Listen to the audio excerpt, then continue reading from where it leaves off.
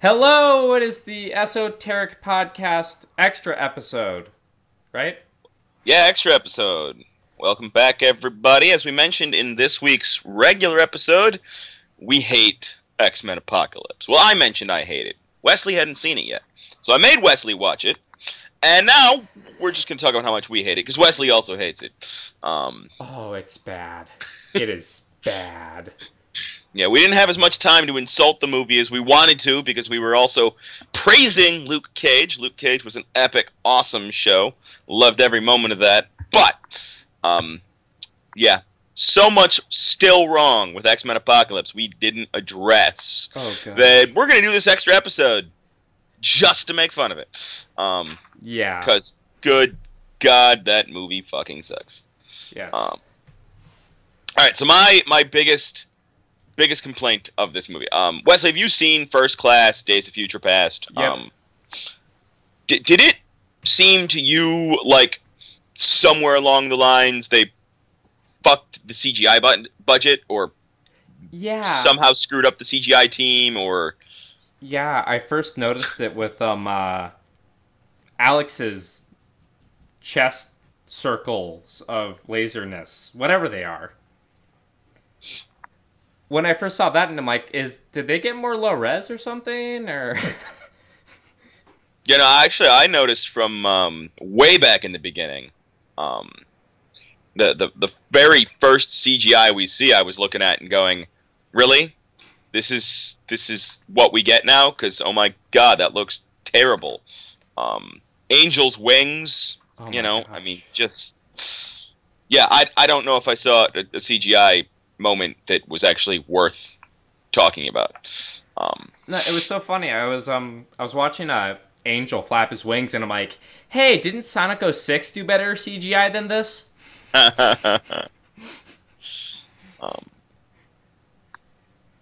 Just Yeah, no, but I mean, and that's not even taking into account just how stupid, like, Magneto's powers looking. I mean, what the fuck was that? Just, I don't understand. It was just like when he was pulling like the metal out of the Earth's crust. I was sitting there like, is he pulling rock? Like, we're supposed to believe metal and that stuff, or is he pulling shit? Are there sewers we're not aware of here? And then it's just flying around in these big, arcing, like, rainbows of whatever the hell that was. I mean, how is that even remotely a useful thing to be doing? Because you know what? That brings me up to my next problem. What exactly was the plan with ending the world for mutants only? Because No idea. One would think the whole nuke thing would have done better than whatever the fuck they were doing with Magneto. yeah, because it's like strip the metal out of the Earth's crust. Doesn't that also kill the mutants? Like the whole world? Yeah, I mean, oh my God, I was so baffled by Apocalypse's plan. Although I'm baffled by everything involving Apocalypse. I mean, how the fuck does transferring your consciousness get you new mutant powers? I mean, okay, it gets you new powers because your new body has powers, but your old body also, like, those powers stayed with the old body, which just died over there in the corner, you know? I mean, Yeah. great, I was Master of Magnetism in my previous life, and now I'm not, because the Master of Magnetism body's lying over there in the fucking corner. Right. I mean... And then like the whole BS where it's like, because you and RJ even talked about it on the podcast on Sunday. It's like the powers are genetic, not Yeah. that. Yeah, the entire thing about mutants is that this is, you know, I mean, the whole thing with Apocalypse is mutants are the next step in evolution. You know, this is what, this is the next stage. You know, monkeys turned into people, and then people turned into fucking mutants. So it's all about genetics, and, you know, you're just born a mutant. Yeah. And, you know, obviously, since Bryan Singer has taken over as the director of these mutant or X-Men films, all the way back with the first one in, you know, 2000 or whenever that was, the underlying allegory changed from being about the civil rights to being about homosexual rights. Because, you know, Bryan Singer's homosexual. So he, you know, and in back in the 2000 movies and stuff, you could, you know, feel that. The persecution of these homosexual peoples, you know. Yeah, I mean, so it's all about you're born this way. This is just who you are, and people, you know, you need to accept yourself, and other people need to accept you for who you are and not persecute you because of the way you were born and what have you. And that message is kind of taken away when some random dude can use magic body. I mean, was that Apocalypse's mutant power? Was it his fucking technological temple that allowed him to body swap? I mean, they never really talked about it, but yeah, which I feel was a giant missed opportunity to have any reason to justify Apocalypse as a character. Yeah, I mean, however the fuck he's body swapping here, how is he, while doing it, stealing and collecting, you know, all these mutant powers? That's just, I mean, near as I can tell, the screenwriters were like, okay, we need to explain Apocalypse. So they, somebody might have looked at the comic books and went, okay, let's hear it. It took them 400 issues of X-Men to explain it there, and somebody else went, nah, we'll just say he, collects them while he body swaps. We're good, you know. Fuck it. Screw it. I need to take an early lunch. My girlfriend's in town. I need to fuck her real quick. I mean, I don't know what the hell the plan was here. Clearly they went to Mexico, did a bunch, you know, hookers and blow for a week, and then they found out A Reason to Live, which was this movie's script for some reason. Yeah, I have no fucking clue. But no, it smacks of, we need a bad guy who can do whatever the fuck we want him to do whenever the fuck the script calls for it. So, screw it. Mutant power collector dude, he does it because he body swaps. Good enough. Nobody will notice that that's stupid. I fucking noticed that was stupid, movie. We're calling you out on your shit, man. Yeah, I just... And, even speaking on the film in general, this film actually bored me to the point where I fell asleep for 10 minutes. Holy shit. Like, to put this into perspective, I've stayed awake through a lot of boring movies. Hell, I stayed up through Warcraft. And it was like, it was in the middle of the afternoon, so I was really kind of tired because I'd just woken up when we went to see it, but I stayed up through that. Wow. And yeah, I remember back when this was in theaters, it wasn't too long after I went to see Batman v Superman in theaters. And of course, after I saw that movie, I came home and I was ranting for like 4 days to any of my friends that would listen about how fucking terrible that movie is. I came out of X-Men and everybody was like, okay, get ready, we're going to listen to Travis rant about X-Men. I was just like, it's not as bad as Batman v Superman. I was just so bored. I mean, the movie was so dull, I didn't even really want to insult it. It was just, Yeah, like... I mean, let's face it, Act 1 takes over an hour. Yeah, like as soon as the 70-minute... Like, I was even, like, repeatedly pausing and playing again to see what the timestamp is, because remember, you're like, it's 70 minutes in, and like half an hour in, I'm like, has it been 70 minutes yet? What? Yeah, no, still introducing new characters, and I mean visually, because they made absolutely no effort to introduce you to the character.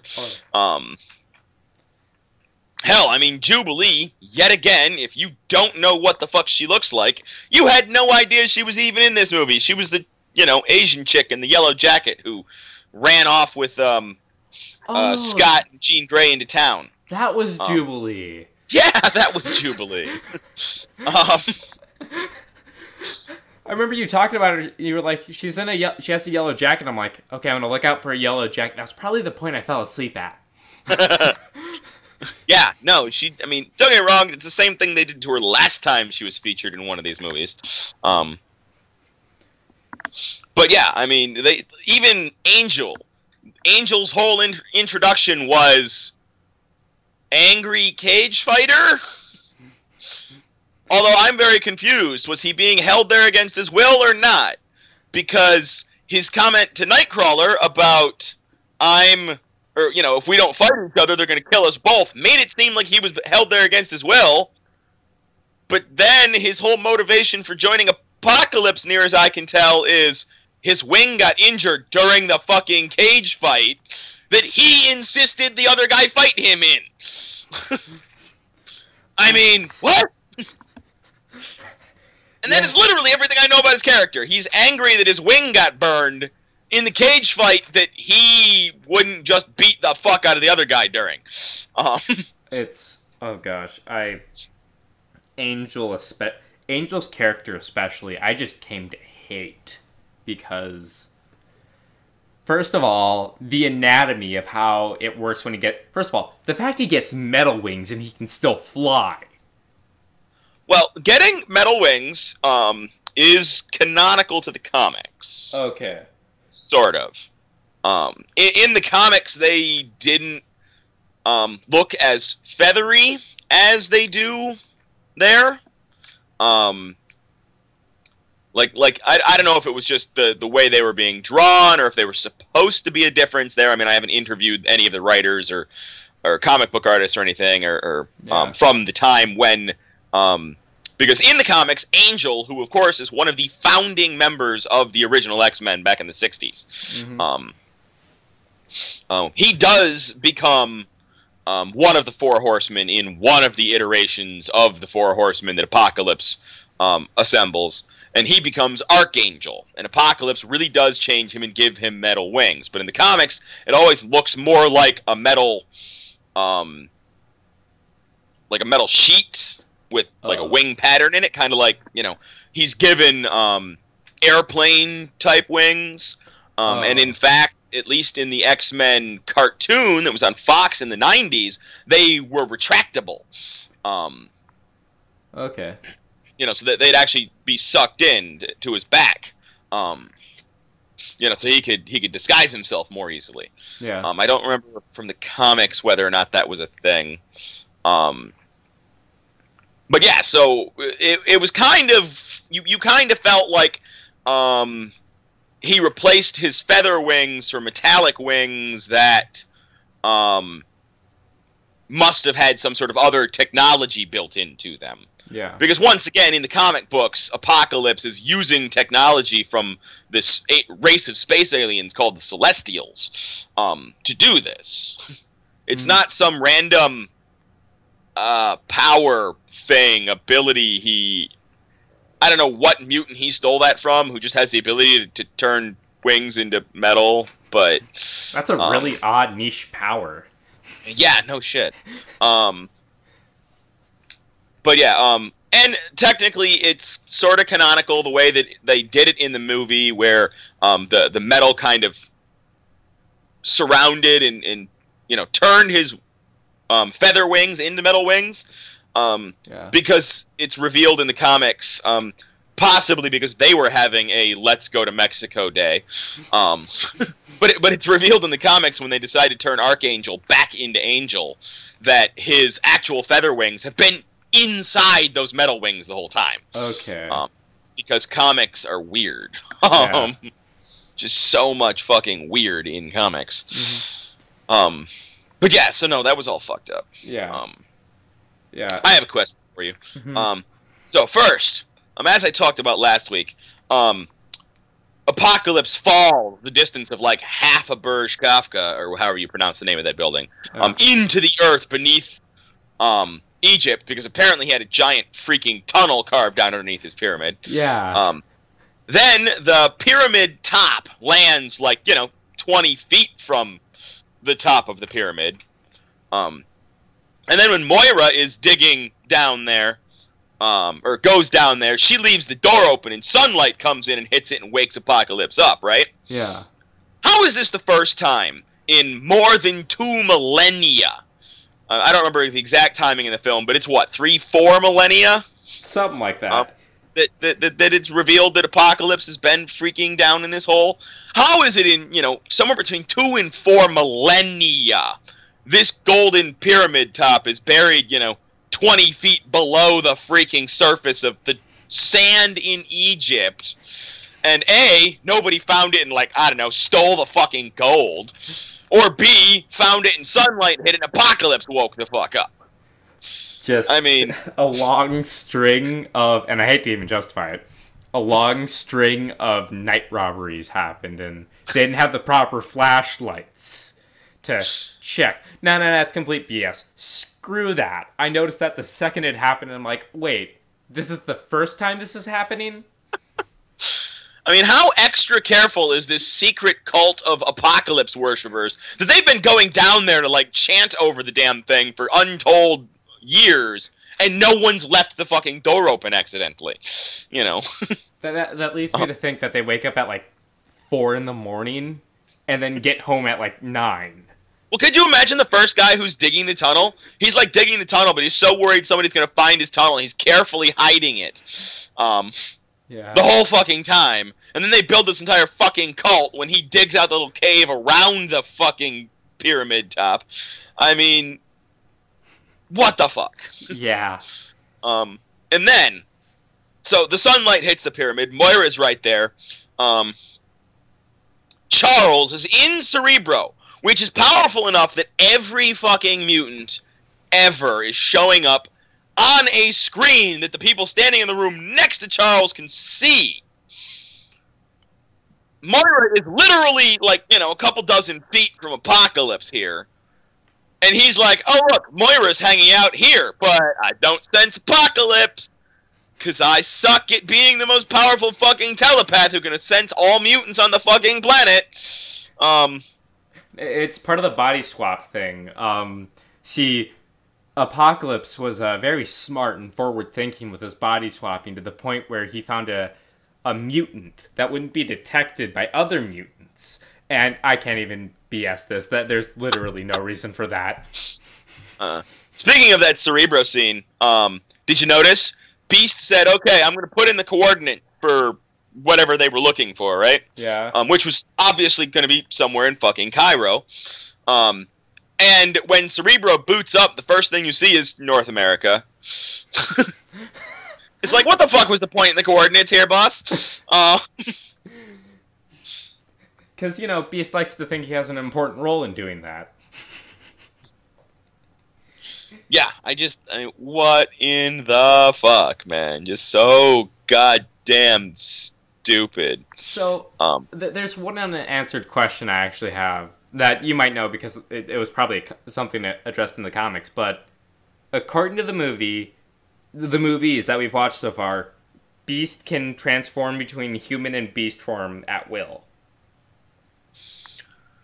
Okay, the explanation for Beast depends on which era of comics you're talking about, because they retcon what makes him all the damn time. So originally, Beast was, you've seen First Class, right? Yep. So you remember he wasn't blue, he just had like big ass feet and yeah. Well, that was Beast from back in the 60s comic books. And then, due to poor sales, they stopped writing new X-Men comics for like 5 to 10 years. I don't exactly remember how long it was. But a fair number of years in there, they stopped writing X-Men comics. And all they did was they would reprint a new issue every month. It was a old issue, but they'd drop a new cover, give it a new number. So X-Men 61 was actually like X-Men 5, but with a new cover and being sold again.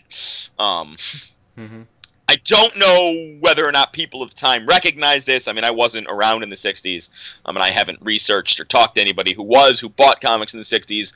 But yeah, they were just repackaging old comics and re-releasing them. I'm guessing they probably did it in order, but I don't have any idea. For all I know, they repackaged it like fucking Saturday morning cartoons, where we'll just show them whatever order we damn well please. Then you got dedicated hardcore fans trying to plot out where exactly everything is. Right. But yeah, so then, of course, in the 70s, Chris Claremont came in and did the new X-Men. The plot of the new X-Men was the old X-Men team was on a mission, and they got captured on their mission. So Xavier is putting together a new team. He gets Nightcrawler, not Cyclops. Well, he does get Cyclops, but that's because Cyclops is the only one to make it back from the island. So Cyclops is on the team.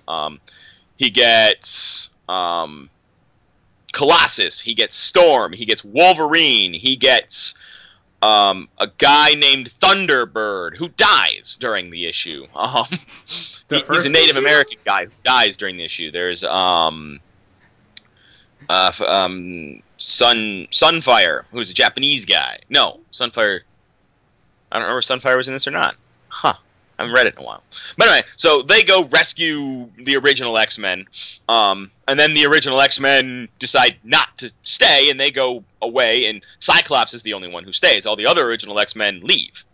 And then a couple of years later, because X-Men comic sales have picked up, somebody at Marvel decides to bring back the original X-Men. They get a whole new comic series where they basically they get back together and they're like, hey, let's be our own X-Men. They were called X-Force, I believe, if I remember right. Once again, it's been a while. But anyway, somewhere between the last original X-Men story and X-Force, because I don't remember in Giant Size X-Men the first Chris Claremont issue where they went to get the original X-Men off the island, if Beast was blue or not. But somewhere in there, Hank McCoy was in another comic. If I remember right, Marvel was running an anthology-type comic where at any given issue, they'd have who knows which superheroes in it. You know, this issue might have a story about Daredevil. Next issue might have a story about Superman. Well, not Superman. That's a DC property. But next issue might have a Punisher. Issue after that might have Fantastic Four. Or maybe just like The Thing in his own standalone adventure. Or so Beast was in one of those. He was working for this science lab, and an experiment went wrong, and bam! Now he's big, blue, and furry. So by the time the original X-Men, or not the original, but yeah, by the time the X-Force, if that's the correct name, God, I'm not certain that is. I keep thinking that might be wrong. I'd have to look it up. But anyway, whatever those guys getting back together was, Beast was a blue furry guy. And then during that, they did manage to cure him and turn him back into a regular person. And then at some point in time after that, he went back to being blue. And then some point in time after that, it was revealed that what actually happened was the science experiment didn't turn him blue. The science experiment actually just did something to his mutant gene that was going to happen anyway. So without the science experiment, he was still going to turn blue. And then, like if you pick up a X-Men comic now and look at Beast, and then you look at an X-Men comic from like the 80s or 90s, or you look at the old Fox TV show, you will notice a distinct difference between the way Beast looks. And then if you pick up a comic in the 2000s, Beast is going to have a third look, because once they decided to do this, they just keep changing the way Beast looks. He's had like 3 or 4 different blue forms at this point in time. Only blue forms? Yes, he's always blue and furry. But he... Have you seen the 90s cartoon? Yeah. Okay, so you're aware of the way he looked there. Mm-hmm. In the 2000s, he looked kind of lion-ish. All right. And now he looks... I don't know how to describe it. Do a Google image search sometime about Beast from the X-Men. And just look at all his different forms. But yeah, so going back to looking humans, not abnormal. I don't remember how they did it in the X-Men comics back in, I think it was the 80s, when he was not blue for a while. I don't remember if it was a permanent thing or if he was taking drugs or what is it. But the movie seems to be going with the option, if I remember right, from seeing, I believe it was in Days of Future Past is when he got turned into blue in the movies, if I remember right. Yeah. And I believe they are sticking with the original story of science experiment turned him blue, so he can take medication to temporarily reverse the effects of a science experiment. Oh yeah. So yeah, I think that's the way the movie's going. Once again, they weren't real concerned. To be fair, that may have been because that was a thing they talked about in Days of Future Past that I just don't remember. Because I had a bunch of issues with Days of Future Past as well. Did not hate that movie as much as this one, but I was not as happy with that movie as I was First Class. First Class was epic. Days of Future Past, not so good. This one was terrible. Oh, did you notice the in joke they threw into the movie? This one? Which one was it? They leave the theater. And Scott and Jean Grey, I don't remember what the exact exchange is, but it essentially finishes with Jean Grey going, "That's okay, you know the third one's always the worst anyway." Because they were talking Star Wars films is what it was. That's what they were talking about. That's right, I'm remembering that. And they're like, "Hey, third one's always the worst anyway." I remember actually almost yelling at my phone or at my TV at that point. Yeah, the reason behind the joke is, of course, they're making fun of X-Men 3, X-Men United? That doesn't sound right.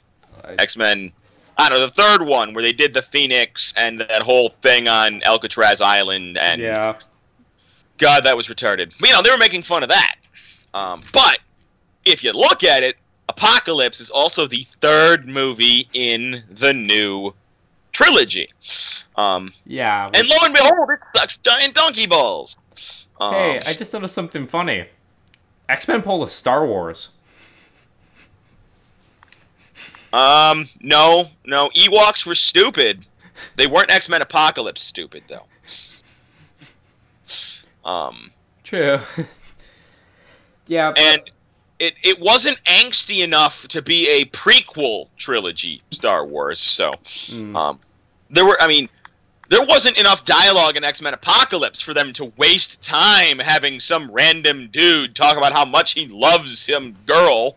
But they had enough time to throw in a Wolverine cameo that was so out of place. Yes!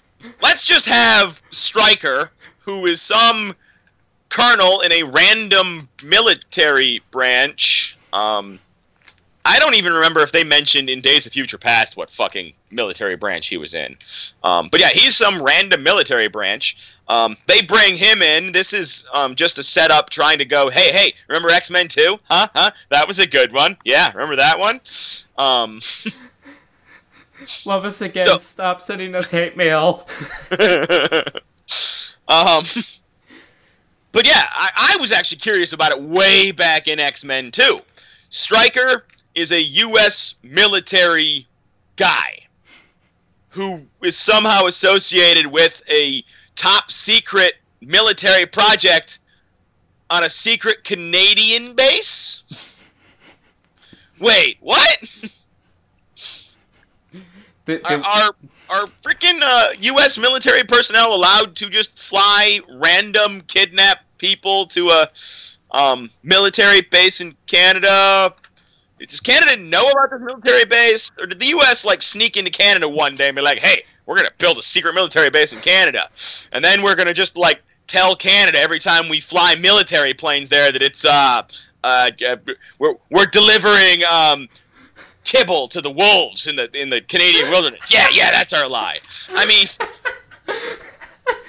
I'm just imagining like Deadpool breaking the fourth wall with this type of stuff.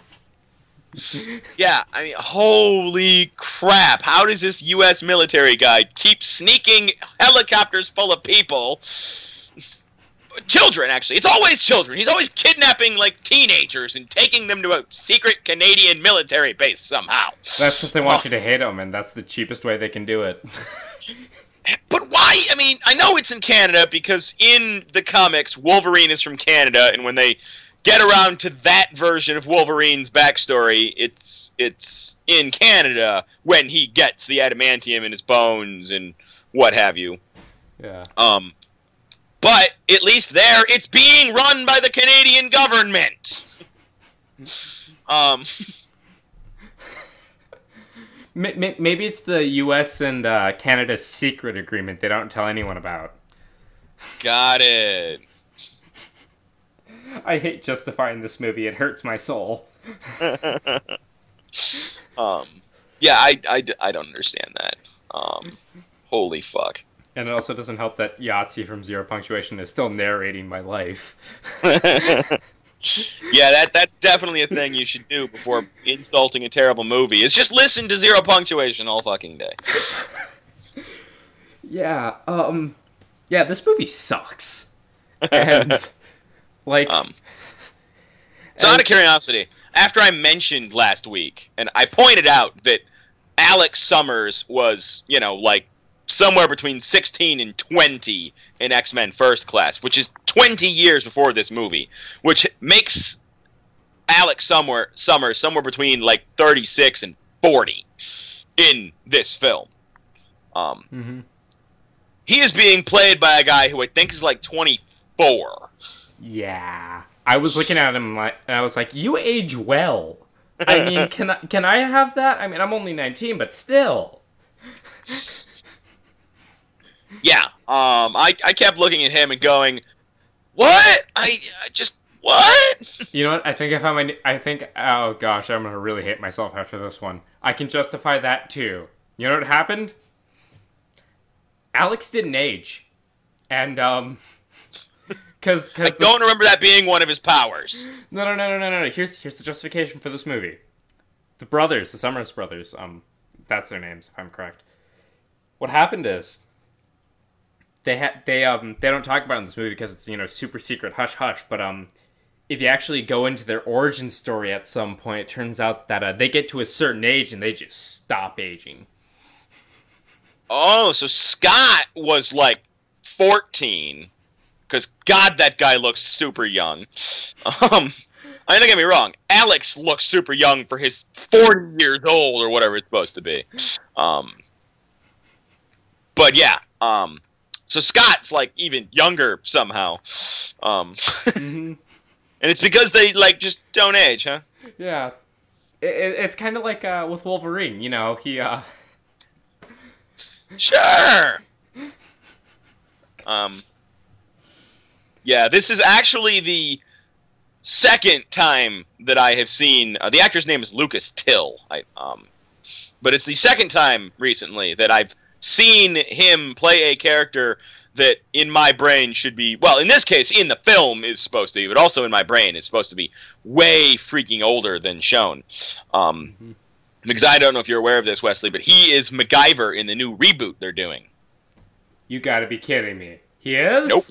He is. He's the new MacGyver. How old is he supposed to be in that one? I haven't watched MacGyver yet, but I keep seeing commercials for it because my mom loves watching The Bachelorette.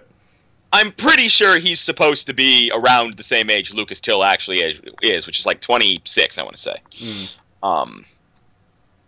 But I still think of it as him being older because I watched the original MacGyver. Yeah, and like even I saw MacGyver here and there when I was younger. And Richard Dean Anderson was like 30 or 32 or something like that when he started that. He was like 40 by the time MacGyver was wrapping up.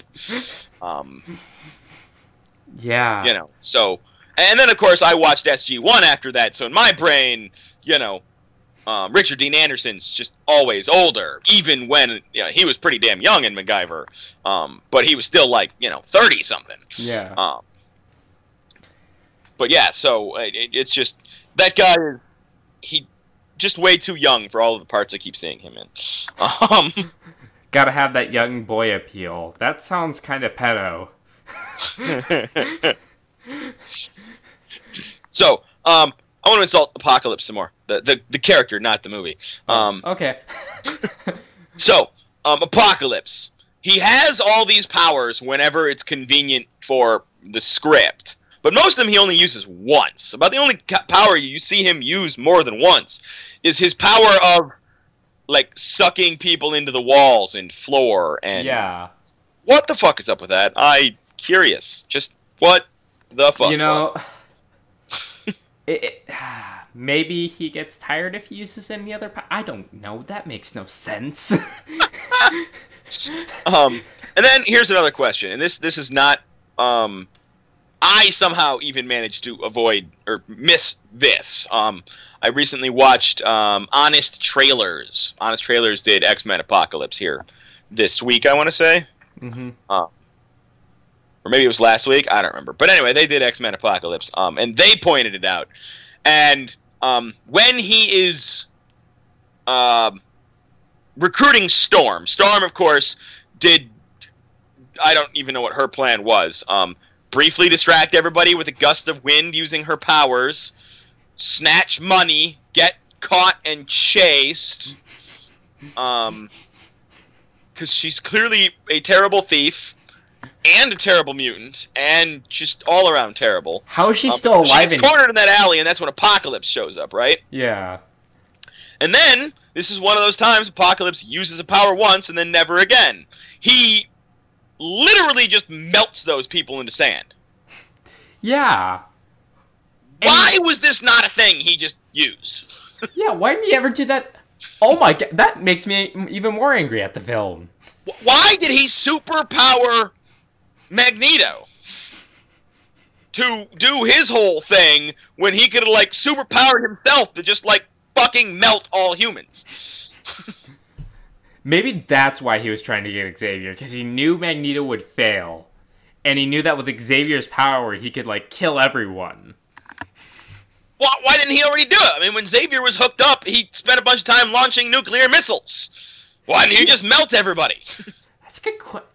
I mean, it's already revealed from X-Men 2, the movie, that this one spends an awful lot of time trying to go, hey, remember that film? Remember how that was good?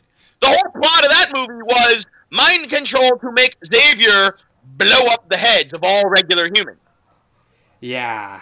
Apocalypse is literally doing that without the mind control drugs. He just is able to conquer fucking Xavier's brain and make Xavier make people launch nukes. And he doesn't even have to be in the same freaking room. He doesn't even have to be in the same continent.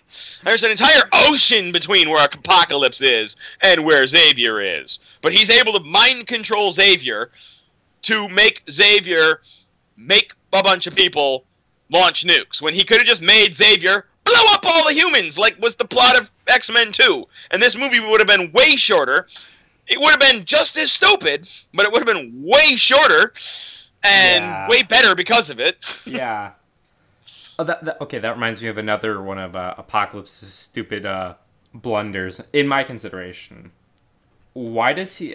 what's the name of that chick with the psychic... Psylocke. Why does he recruit Psylocke over Caliban? I'm going to guess that in one of the iterations of the Elite Four, one of the iterations of the Four Horsemen, God, a Pokemon's still in the brain apparently. But one of the versions of the Four Horsemen, I do believe Psylocke ended up becoming one of the Four Horsemen. Okay. I believe is, although no, I'm pretty sure Caliban was too. So now I'm back to being confused. Well, like just speaking from the on the movie, it seemed like Caliban would have been the more obvious choice because he can find all mutants. Apocalypse. I don't know why he's more obvious. There's nothing obvious about it because they didn't bother to explain anything. Yeah, true. What is Apocalypse's chosen, thing here? Yeah. For that matter, in the film, what are Psylocke's abilities? I mean, I know what they are in the comic. In the film, they don't really talk about it. She has the Mind Blade and some sort of martial art ability. Yeah. That's about it. No explanation for it. Yeah. And I don't know. I'm really torn on whether or not I'm happy with what they did to Psylocke, at least within the context of the film. And I mean, I'm not happy with any of the characters in this fucking movie that were new to this movie because they weren't explained or given backstories or motivations or anything. Except for Magneto, and even that was super weak. Well, he wasn't new to this film, though. They were building off of the shit they had done in the previous 2 films about Magneto. They were doing it poorly, but at least they were building on something that already existed. So, They didn't have to try that hard. Yeah. But no, like in the comics, I don't know if you're aware of this, but Psylocke's British. Really? Oh yeah. This is why I'm torn, because in the comics, Psylocke is British. She has the mutant powers of telepathy. Okay. Mm-hmm. And then there's this whole arc in, I want to say it was definitely the 90s. What am I talking about? I want to say it was the 90s. It was the 90s. The 90s was fucking weird. All right, it might have been the late 80s. The 80s was weird too. But anyway, so the X-Men, for reasons I don't remember, have abandoned Westchester, New York. They are living in the Australian outback. There is a random Aborigine dude who never talks. They just walk up to him and be like, "Hey, we need to go here." He swings his what is that instrument that Didgeridoo? The didgeridoo. He just swings his didgeridoo around. Magic portal appears. X-Men go through it. They go do their mission. Somehow this guy knows that they're ready to come home, so he swings his didgeridoo, opens a portal. They come back. What? Yes. So they do this for a while. And this is also the time, it has nothing to do with the film, but I'm going to mention it anyway. This is also the time when Wolverine randomly goes to a Southeast Asian island called Madripoor, and opens up a bar where he's trying to be Casablanca. He's got the white jacket on. He wears an eye patch because that's going to disguise the fact that he's Wolverine. Because the whole reason they moved is like everybody knows who they are or something. Yeah. So they're hiding out. So Wolverine goes to Madripoor, puts on an eye patch, buys a bar called the Princess Bar. It is basically the bar from Casablanca. I don't remember the name of that bar, but it is basically the bar from Casablanca. Yeah. And he calls himself Patch, and yeah, he's doing that at the same time as the X-Men are living in the outback. Just Wolverine will just up and go say, "Hey, Aborigine dude." He has a name, I don't remember what it is, but he says, "Hey, Aborigine dude, can you send me to Madripoor? Like, I need to pay my employees tonight." Just fucking hops out to Madripoor for a while, and then comes back, and because Wolverine had his own comic at the time, separate from the X-Men comic, so he was hanging out in Madripoor during his comic, but during the same time, he was also doing things with the X-Men, and but yeah. So at the end of that arc, some bad guys show up. They're going to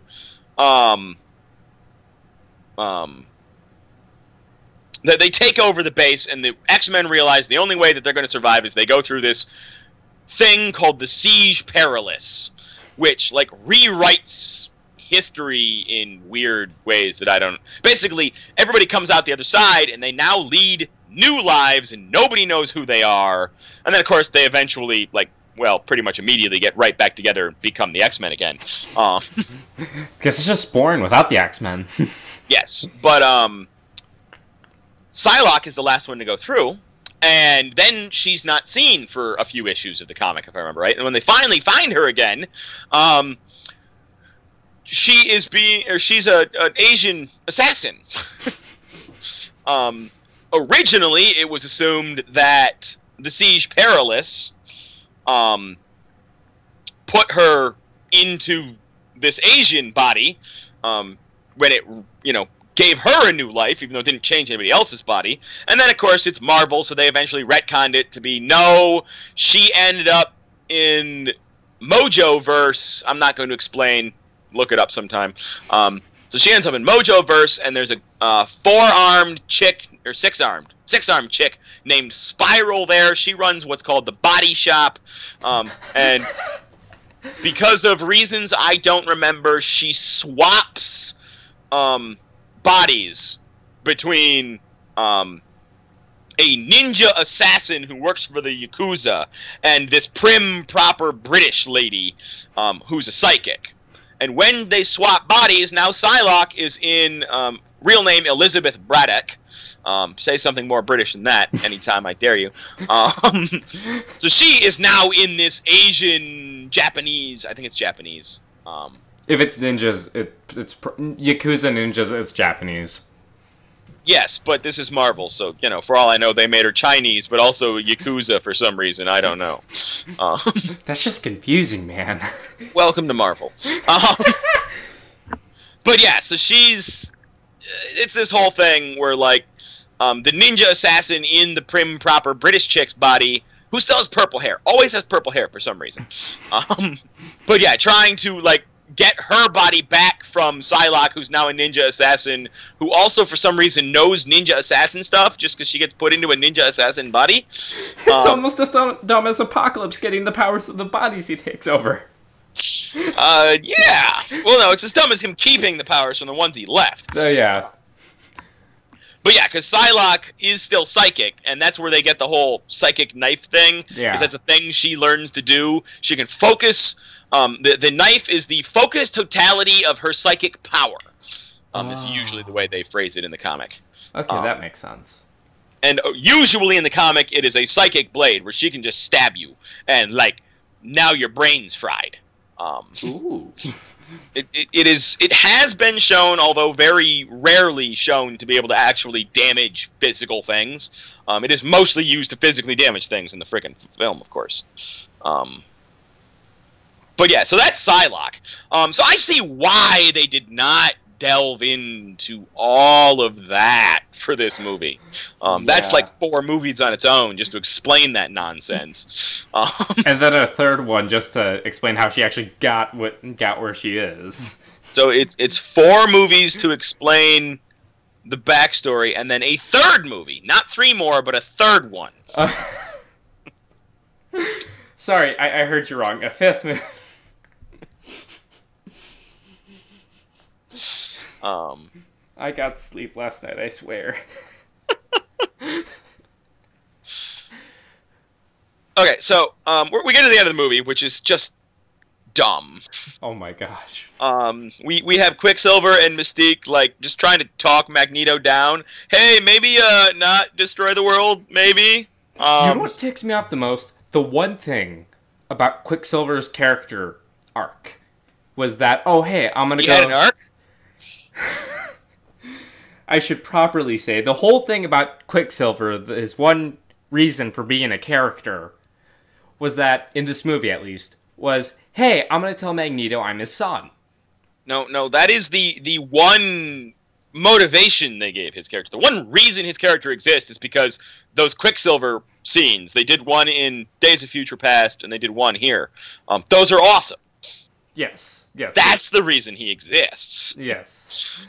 They then justified his existence with the whole dad thing. Yeah, and like what ticked me off so much that actually had me again yelling at my TV was, hey, Quicksilver's gone through this emotional journey just to tell his dad he's his son. I'm just not gonna do it. What? I've been sitting through this shitfest for close on 2 hours now, hoping for dear life this one character who I actually give a shit about gets some resolution for his plot. And he doesn't? That's just perfect. Yeah, it was all of the retarded. And then, you've got the end of the movie where Quicksilver gets bored of talking to Magneto, goes to fight Apocalypse. Apocalypse uses his one power of, I'm going to stick you into a wall, to get his foot stuck. Just his foot? And yeah, it was just his foot, remember? Yeah, I remember. It's just like... And somehow he loses all of his powers. I just, that makes no sense to me. Yeah, no, like, all of a sudden, like, Apocalypse, who I'm assuming is not super speedy at this point in time, just starts punching him, and he's completely unable to dodge. Just at all. Just, no, can't dodge. Just getting beat up, Yeah. Because all of a sudden he sucks. What's this thing you call dodging? Yeah. You know, I still haven't gotten to the comic, but I do know that supposedly it was revealed that Quicksilver and his sister, Scarlet Witch, are not actually Magneto's kids. They retconned that in like 2015, supposedly. Oh yeah, because of the Ultron thing that happened, or what was happening around there, because they wanted Quicksilver and Scarlet Witch to be part of the Avengers. Well, no, that had nothing to do with that. Oh, okay. No, the reason that is because that was a Cold War thing between Fox and Marvel, because Quicksilver and Scarlet Witch were originally introduced in Avengers comics. Yeah. Okay. And then eventually in the Avengers comics, they needed to explain where they got their powers from. Because they hadn't. I don't know how long after I didn't read the Avengers comics. But sometime after they were introduced as Avengers, they then gave them the backstory of being mutants and Magneto's kids. Mm-hmm. So basically, it was a gray area where, because they were originally Avengers, they can be in Avengers movies, but because they're also mutants, they can be in mutant movies. The only way to, actually figure out where the rights are is to, one of the studios had to take the other one to court. Yeah. Both studios decided not to do that, and they just let it go. And you will notice that at no point in time is it mentioned in the Marvel films that Scarlet Witch or Quicksilver were mutants. In fact, they, in those films, get their powers from Loki's scepter. Yeah. So, they're not mutants there. But the theory behind that I was reading about anyway was that Marvel was going around doing their best to basically eliminate all of the most popular mutants from the comics to help ruin, and not necessarily ruin, but at least make it less appealing to comic book fans when these guys are in movies for Fox. Yeah. Like Wolverine is dead in the comics. Mm-hmm. They've turned other comic heroes into bad guys. To be fair, some of those were turned into bad guys well before it became a big thing. Like Cyclops, always the Boy Scout, always the moral center, always the bland milquetoast guy. Gets corrupted in about 5 minutes. Well, no, he during Avengers versus X-Men back in, I want to say that was 2012, might have been 2013, something like that. But yeah, he gets infected with the Phoenix Force because in the comic books, being the Phoenix is not some Carrie shit. It is a primal force of creation and rebirth in the universe that takes a human host. Okay. So yeah, it takes Scott Summers, and Scott Summers is turned into a or is possessed by the Phoenix Force, and he, while he's possessed, kills Charles Xavier for like the 5th time. That guy's died. I don't know if he's come back to life yet. I should look into that. Maybe Xavier's come back to life by now. But yeah, so Xavier gets killed, and for a little while there, Scott's arrested, and then he gets released, or not released. He breaks out of jail, and then he goes up to the facility in Canada where Wolverine was given his adamantium bones, mm-hmm. and he sets up his own school to go against Wolverine's rebuilt school in Westchester, New York. All right. And they have these competing schools, and it's seen as Wolverine being the one who's upholding Xavier's ideal of coexistence between mutants and humans. And meanwhile, the former Boy Scout is the guy on the side of mutants need to fight for their rights, and they need to frickin' do whatever it takes to be mutants. And in case the dichotomy there of Wolverine taking the Xavier route and Cyclops taking the Magneto route, Magneto's actually on Scott's team.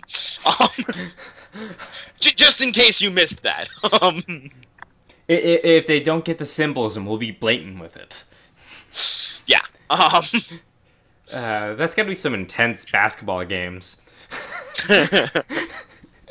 but yeah, so it is. The theory was always that Marvel was slowly trying to replace mutants in the comics with fuck, what are those guys called? They're like, oh god, Inhumans. Inhumans, that's it. Yes, which are practically identical to mutants.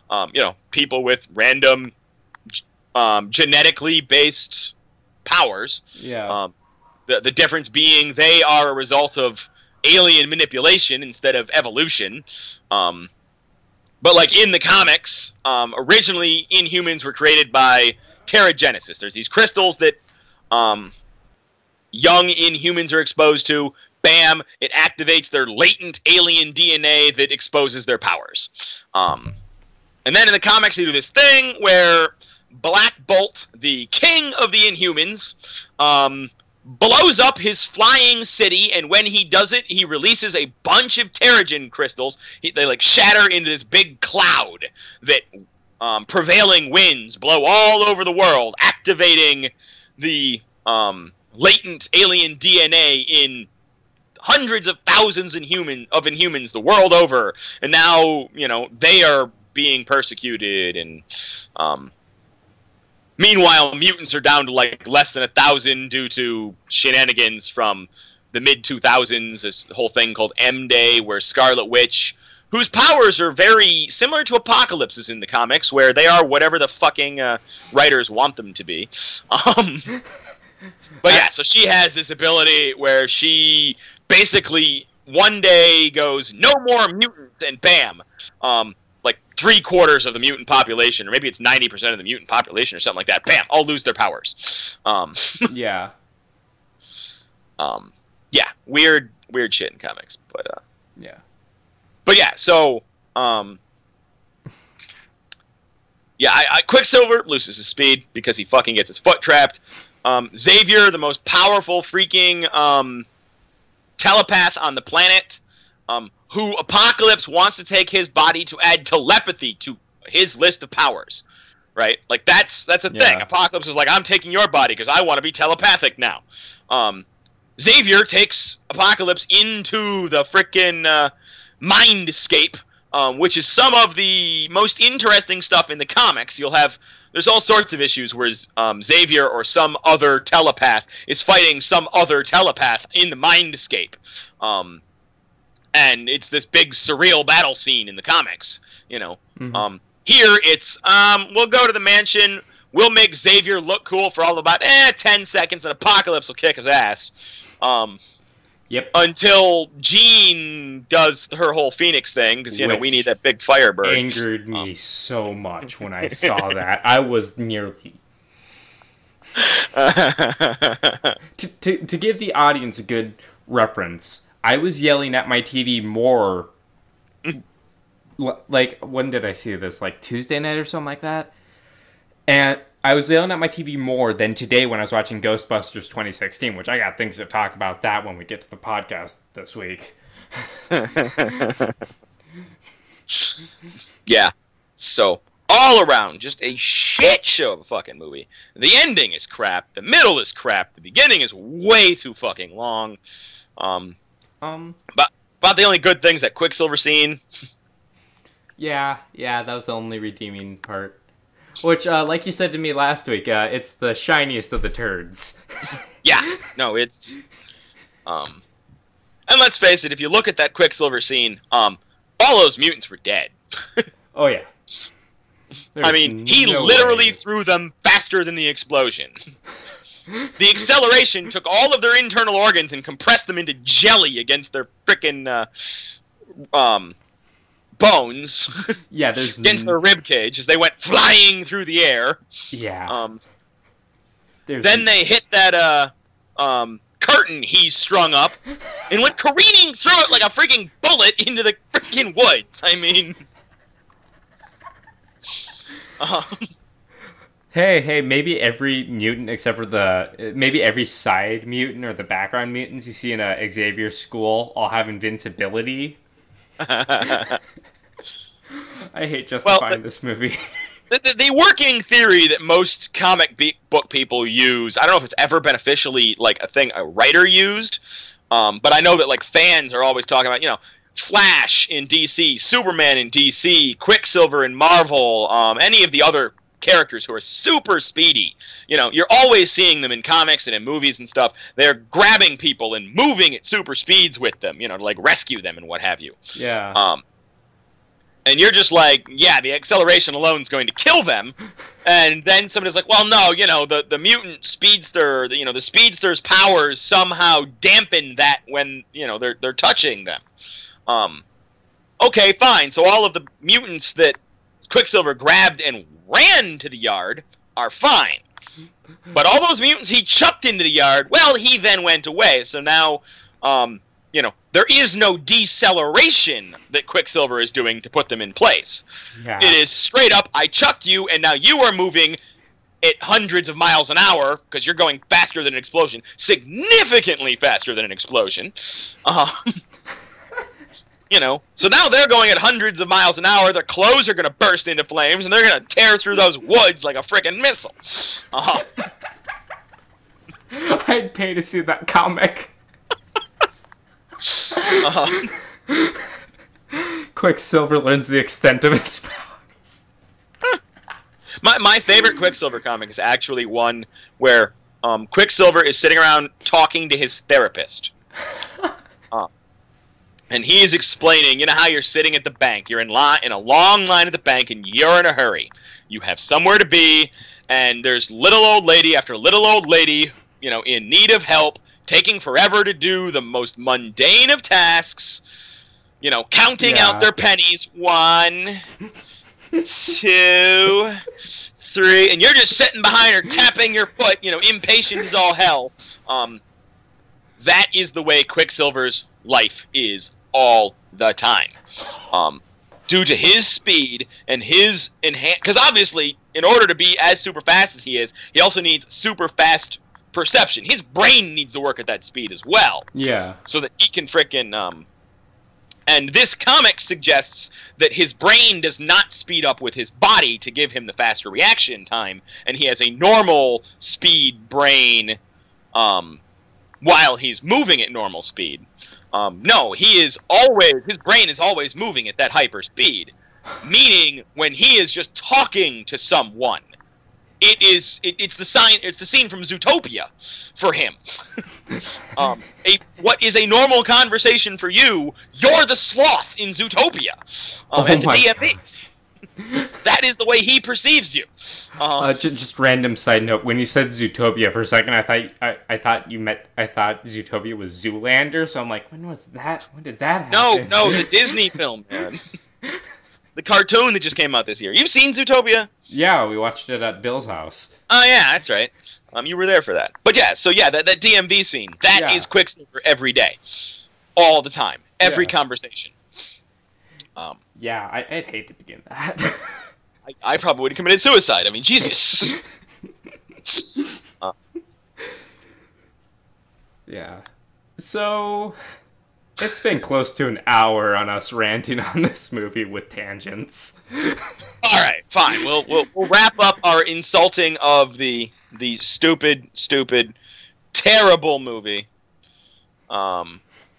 It's god awful. I hate this movie. If you're gonna watch X-Men films, I would go watch First Class, watch